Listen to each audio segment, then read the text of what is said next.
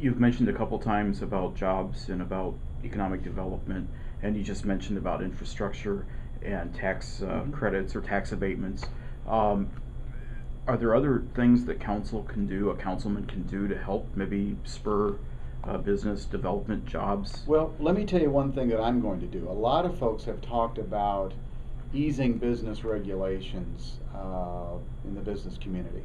What can we do in city government and county government and elsewhere to ease business regulations? I'm going to take that one step further. I'm going to initiate a walking tour, if you will, of businesses.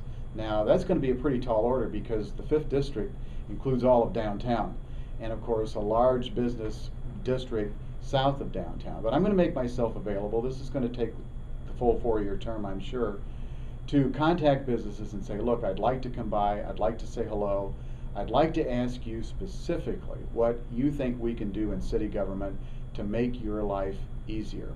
And then to try to get with my colleagues and, of course, the mayor to see what we can reasonably do. A lot of folks talk about that, but I want to take that one step further and offer at least the personal service and the personal visit of a city council member. And I'm hoping that that might spur us to do perhaps more action to cut the red tape that we talk about, to make the application process easier, to work on the specific infrastructure improvements that might be needed to help this business expand and add more jobs to the community.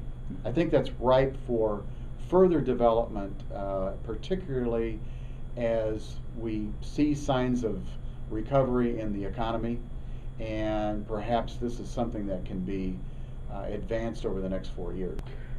So Legacy, Fort Wayne, Yes. Light Lease Trust Fund monies are going to be coming in once the Utilities Commission approves all of that. How do you feel about the process? Any concerns? Any praise? Yes. Well, I attended several of the legacy meetings, and I was very pleased with the transparency and the openness and I think the outreach to include as many citizens as possible. And I want to make sure that everything we do in city government follows that path. I'm hearing a lot of suggestions, and I want this to run its course, obviously, but I'm hearing a lot of suggestions about what we should do with the light lease money, and some of that may be determined during this current city council before they finish their term later this year. But I think it would be prudent to do what Ivan Lebemoff did 35 years ago, and that is to set aside a large portion of these funds, invest them in the highest return that we can possibly find, and keep them for the future. One of the reasons we have what we have today is because Ivan Lebemoff and the city council back in 1975 invested this money wisely and allowed us to use the interest from it for various projects like buying land for Headwaters Park and other worthwhile projects, but we kept a lot of the principal for the future. The Headwaters Park has an endowment. We're doing the same thing. We're using the interest that the endowment creates, but we're keeping the endowment for the future. And I think that part of this process for the settlement dollars ought to be an investment for the next 35, 50, or 100 years. Now, having said that, I'd like to see this process come to conclusion. I'd like to see what citizens think.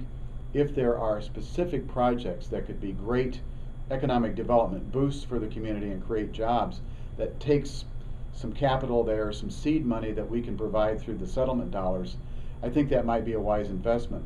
I would caution, though, that I would hate to see this divided up into dozens and dozens of projects, a little bit here, a little bit there, that may look good for a while or feel good for a while, but may not necessarily be best for the long-term growth of Fort Wayne.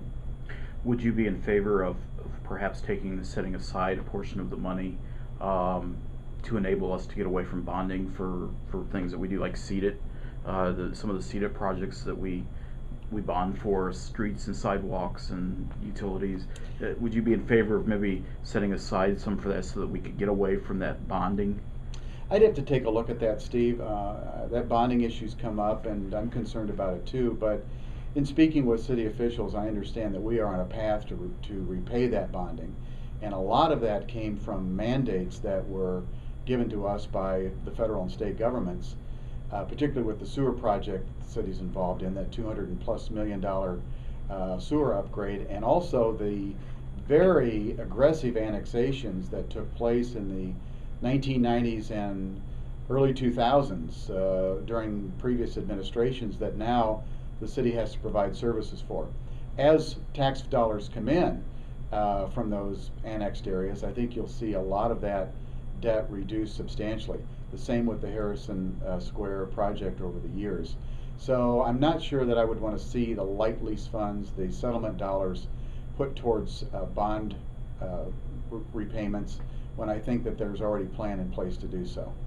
Or I guess let me rephrase the question, because I guess one of the ideas that would be involved with that would be to put some money aside that maybe you would be able to pay as you go rather than having to bond, and then you would have that principal maybe that you could bring back into the fold then 3 years down the road. Well, I think that again, preserving principal here is important to me. Maybe not all of it. We're looking at what, two funds together here that are around $77 to $80 million. That's quite a bit of money, and I'm not suggesting that all of that be preserved, but I'm suggesting that a large portion of it perhaps be preserved, and perhaps the interest from that accumulated and used for various projects. Perhaps what you're talking about is something that could be considered.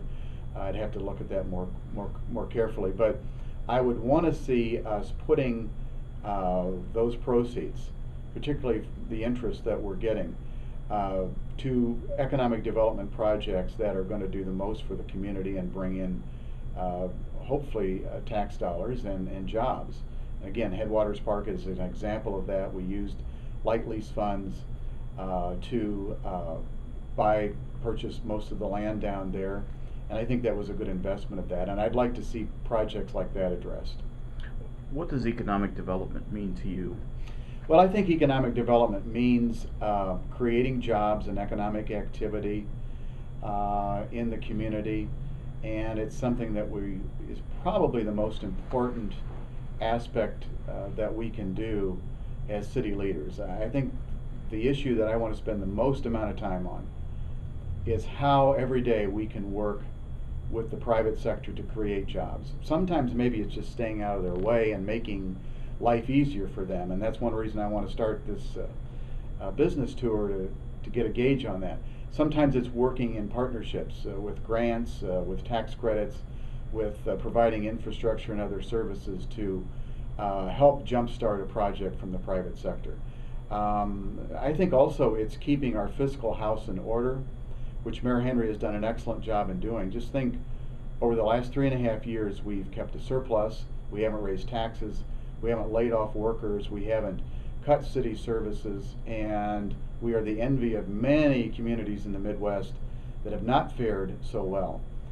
By keeping a strong fiscal presence, keeping a surplus, keeping taxes from going up, we give business, I think, the most important incentive to expand and to create jobs.